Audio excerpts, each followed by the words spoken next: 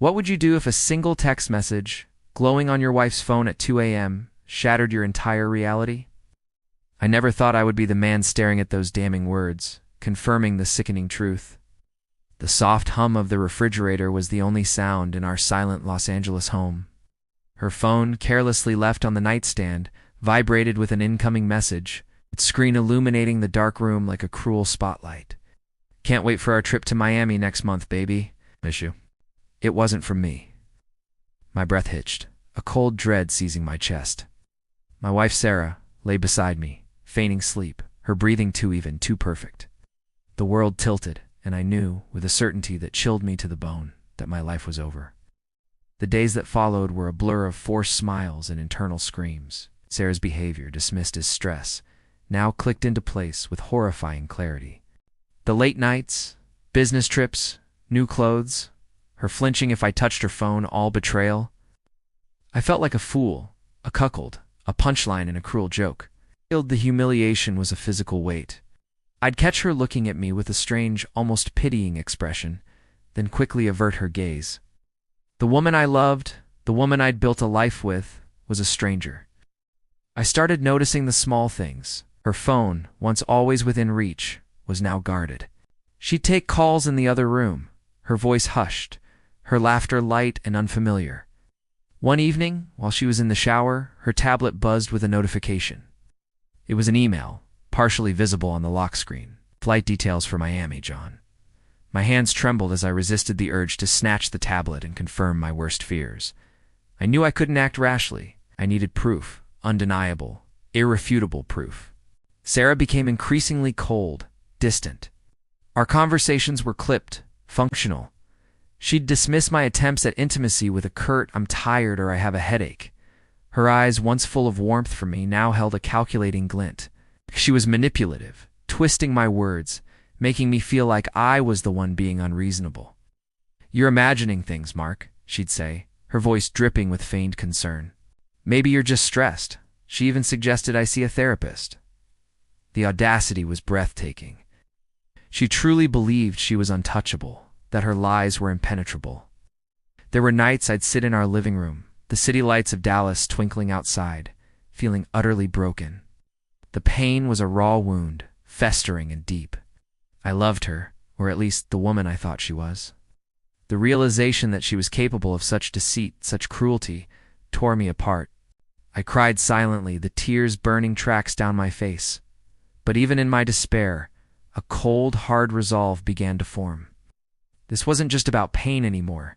It was about justice. It was about making her pay. I began my secret investigation. I hired a private investigator, a discreet man named Frank. I gave him John's name and the Miami flight detail. Frank was efficient. Within a week, I had photos. Sarah and John, laughing, holding hands, kissing passionately in Miami. The same hotel she claimed was for a marketing conference.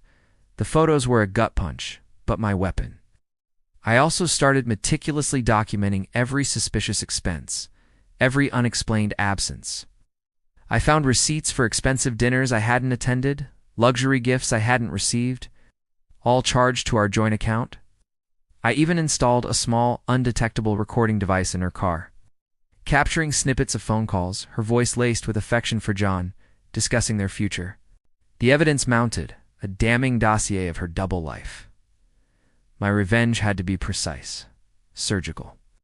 I wasn't interested in a messy confrontation.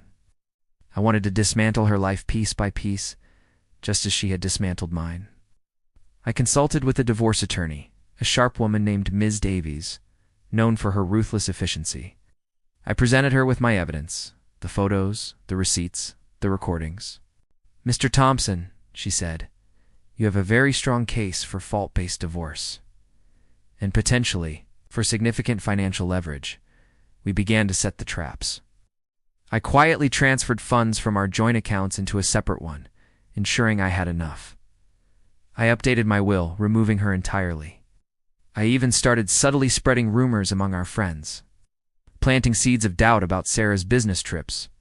The public exposure was orchestrated with chilling precision. Sarah had been nominated for an award.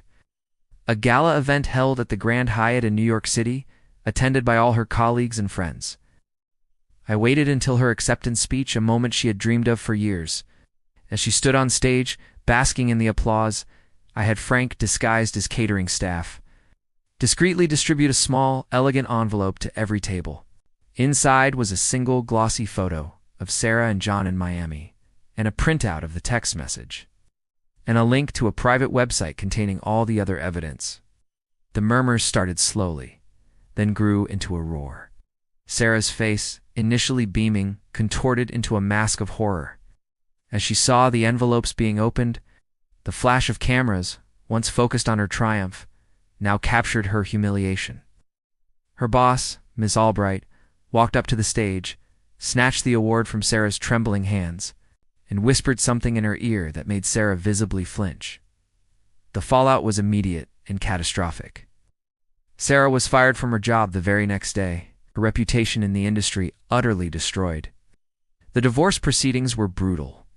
Ms. Davies used every piece of evidence, painting Sarah as a deceitful, manipulative spouse who had squandered marital assets on her affair.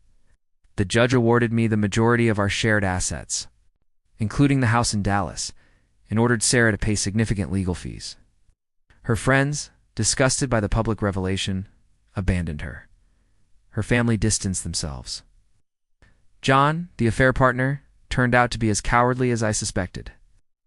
He denied everything, claiming Sarah had pursued him, and quickly disappeared from her life, leaving her utterly alone. Sarah, once so arrogant and self-assured, was a shell of her former self, stripped of her career, her wealth, her social standing, and her dignity. She tried to fight, but there was nothing left. She was completely ruined. I saw her once, months later, walking alone down a street in Chicago, her shoulders slumped, her eyes hollow. She didn't see me. I felt nothing.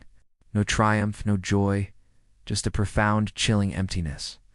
The silence was the loudest part of her destruction. The end.